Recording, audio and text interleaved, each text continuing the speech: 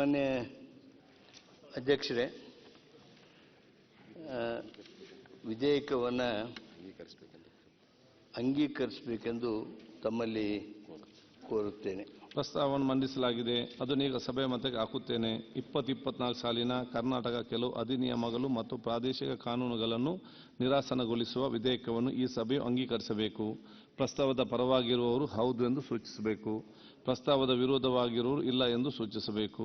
ಪ್ರಸ್ತಾವವು ಹೌದು ಪರವಾಗಿದೆ ಎಂದು ಭಾವಿಸುತ್ತೇನೆ. ಪ್ರಸ್ತಾವ ಹೌದು ಪರವಾಗಿದೆ. ಪ್ರಸ್ತಾವ ಅಂಗೀಕರಿಸಲ್ಪಟ್ಟಿದೆ ಮತ್ತು ವಿಧೇಯಕ ಅನುಮೋದನೆ ದೊರಕಿದೆ. 2024 ಸಾಲಿನ ಕರ್ನಾಟಕ ಪೊಲೀಸ್ ತಿದ್ದುಪಡಿ ವಿಧೇಯಕ ಪರಿಶೀಲಿಸಿತು. ಮಾನ್ಯ ಅಧ್ಯಕ್ಷರೇ, 2024ನೇ ಸಾಲಿನ ಕರ್ನಾಟಕ ಪೊಲೀಸ್ ತಿದ್ದುಪಡಿ ವಿಧೇಯಕವನ್ನು ಪರ್ಯಾಲೋಚಿಸಬೇಕೆಂದು ಸೂಚಿಸುತ್ತೇನೆ. ಮಾನ್ಯ ಅಧ್ಯಕ್ಷರೇ, ಈಗ ಪೊಲೀಸಿನ ಈ ಟ್ರಾನ್ಸ್ಫರ್ಸ್ಗಳೇನಿದೆ ಅದನ್ನು ಒಂದು ವರ್ಷ ಆಗಲೇಬೇಕು. 1 ವರ್ಷ ಆದ ನಂತರ ಅವ್ರನ್ನ ಟ್ರಾನ್ಸ್ಫರ್ ಮಾಡ್ಬೋದು ಅಂತೇಳಿ ಈಗಿರುವ ಕಾನೂನಿನಲ್ಲಿದೆ. ಏನಾಗ್ತಾ ಇದೆ ಅಂತ ಹೇಳಿದ್ರೆ, ಅವರು ಹೋಗಿ ರಿಪೋರ್ಟ್ ಮಾಡಿಕೊಂಡು ಆ ಸ್ಟೇಷನ್ ಇದನ್ನೆಲ್ಲ ಅರ್ಥ ಮಾಡಿಕೊಂಡು ಜನನ ಅರ್ಥ ಮಾಡಿಕೊಂಡು ಅವರು ಕೇಸ್ಗಳು ಅವೆಲ್ಲ ಪ್ರಾರಂಭ ಮಾಡೋಷ್ಟರಲ್ಲಿ ಸಮಯ ಆಗ್ತದೆ. ಅಷ್ಟವರೆಗಾಗಲೇ ಯಾರೋ ಆ ಜಾಗಕ್ಕೆ ಇನ್ನೊಬ್ರು ಯಾರೋ ಕೇಳ್ತಾರೆ ಅಂತೇಳಿ ಅವ್ರನ್ನ ಟ್ರಾನ್ಸ್ಫರ್ ಮಾಡೋದಕ್ಕೆ ಶುರು ಮಾಡ್ತಾರೆ.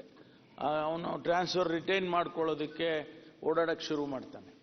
ಹಾಗಾಗಿ ಅಲ್ಲಿ ಅಪರಾಧಗಳನ್ನು ಇನ್ವೆಸ್ಟಿಗೇಷನ್ಸ್ ಮಾಡೋದಾಗಲಿ ಅಥವಾ ಬೇರೆ ಬೇರೆ ರೀತಿಯಲ್ಲಿ ಕೆಲಸ ಮಾಡೋದಕ್ಕಾಗಲಿ ಅದು ಕಷ್ಟ ಆಗುತ್ತೆ. 1 ವರ್ಷ ಆದಮೇಲೆ ಅವನಿಗೆ ಟ್ರಾನ್ಸ್ಫರ್ ಆಗಿಬಿಟ್ರೆ ಆ ಕೇಸ್ಗಳೆಲ್ಲ ಹಾಗೆ ಉಳಿದೋಗ್ತವೆ, ಆ ಕಂಟಿನ್ಯೂಟಿ ಇರೋದಿಲ್ಲ.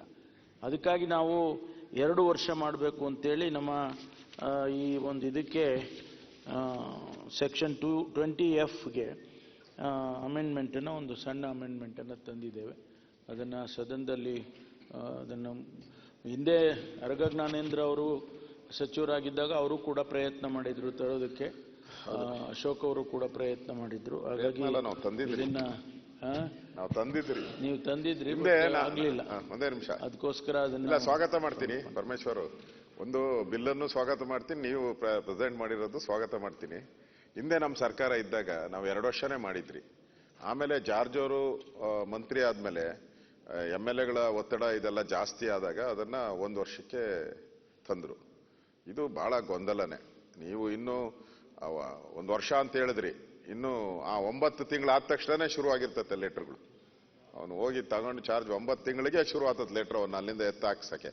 ಅದು ಎಲ್ಲ ಕಡೆನೂ ನಡೆಯುವಂಥದ್ದು ನಾವು ನೋಡಿದಿರಿ. ಬೇಗ ಅದರಲ್ಲೂ ಒತ್ತಡ ಇರ್ತದೆ. ಬೇರೆ ಏನಾನ ಇದು ಚೇಂಜ್ ಆದ್ರೆ, ಏನು ಸರ್ಕಾರಗಳು ಚೇಂಜ್ ಆದ್ರೆ ಅಂತೂ ಒಂದು ಕ್ಷಣಕ್ಕೆ ಎಲ್ಲ ಬದಲಾವಣೆಗಳಿಗೆ ಯೋಚನೆ ಮಾಡ್ತಾರೆ. ಅದರಿಂದ ಇದನ್ನ ಸ್ವಾಗತ ಮಾಡ್ತೀನಿ.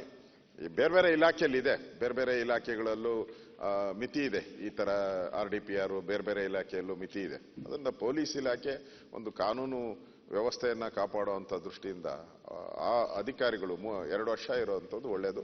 ಇದನ್ನ ಬಿಲ್ಲನ್ನ ನಾವು ಸ್ವಾಗತ ಮಾಡ್ತೀವಿ. ಓಕೆ ಅಧ್ಯಕ್ಷರೇ, ಹಿಂದಿನ ಸಾರಿ ನಮ್ಮ ಸರ್ಕಾರ ಇದ್ದಾಗಲೇ ನಾವು ಚರ್ಚೆ ಮಾಡಿದ್ದನ್ನು ತರಬೇಕು ಅಂತ ಹೇಳಿ ಅದನ್ನ ತರಲಿಕ್ಕೂ ಕೂಡ ಎಲ್ಲ ಪ್ರಯತ್ನಗಳು ಆಗಿತ್ತು. ಅದರ ತಾವು ತಂದಿದ್ದೀರಿ, ನಾನು ಸ್ವಾಗತ ಮಾಡ್ತೀನಿ. ಕಾರಣ ನಮಗೆ IPS ಅಧಿಕಾರಿಗಳಿಗೆ ಯಾವಾಗಲೂ ಎಲ್ಲಿ ಬೇಕಾದರೂ ಟ್ರಾನ್ಸ್ಫರ್ ಆಗ್ತದೆ. ಆದರೆ ನಮ್ಮ ಇನ್ಸ್ಪೆಕ್ಟ್ರು, DYSP ಇವರಿಗೆಲ್ಲ ಒಂದು ಹಂತದಲ್ಲಿ ಅವರು ಒಂದಷ್ಟು ದಿನ ಕೆಲಸ ಮಾಡಬೇಕು ಧೈರ್ಯವಾಗಿ, ಅಲ್ಲಿ ಒಂದು ಕಡೆ ನಿಂತು.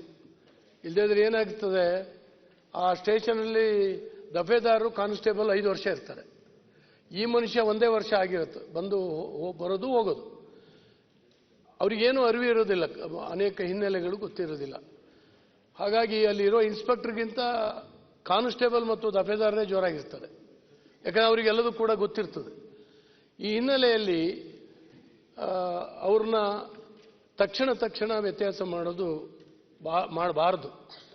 ಮತ್ತೆ ಈ ಟ್ರಾನ್ಸ್ಫರ್ಸ್ಗಳು ಏನಾಗಿದ್ದಾವೆ ಅಂತೇಳಿ ನಮಗೂ ಗೊತ್ತಿದೆ, ನಿಮಗೂ ಗೊತ್ತಿದೆ. ಅದರಲ್ಲೂ ಕೂಡ ವಿಶೇಷವಾಗಿ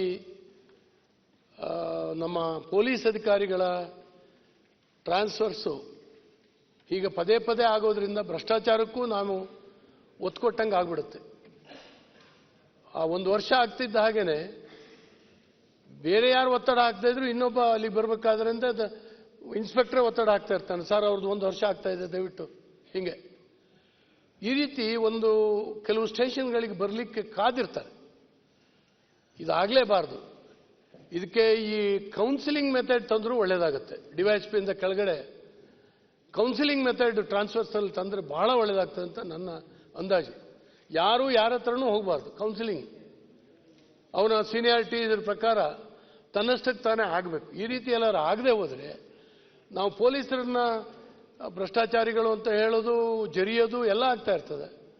ಆದರೆ ಅಪ್ರತ್ಯಕ್ಷವಾಗಿ ನಮ್ಮ ಈ ನಿಯಮಾವಳಿಗಳೇ ಅದಕ್ಕೆ ಕಾರಣೀಭೂತ ಆಗಿರ್ತದೆ. ಆದ್ದರಿಂದ ಖಂಡಿತವಾಗೂ ತಾವು ತಂದಿದ್ದು ಸರಿಯಾಗಿದೆ. 2 ವರ್ಷ ಮಿನಿಮಮ್ ಅವರಿಗೆ ಇರಬೇಕು. ಯಾರೋ ಅದ್ರ ಮಧ್ಯೆ ತಪ್ಪು ಗಿಪ್ಪು ಮಾಡಿದ್ರೆ ಎತ್ತಾಕ್ಲಿಕ್ಕೆ ಬರ್ತದೆ.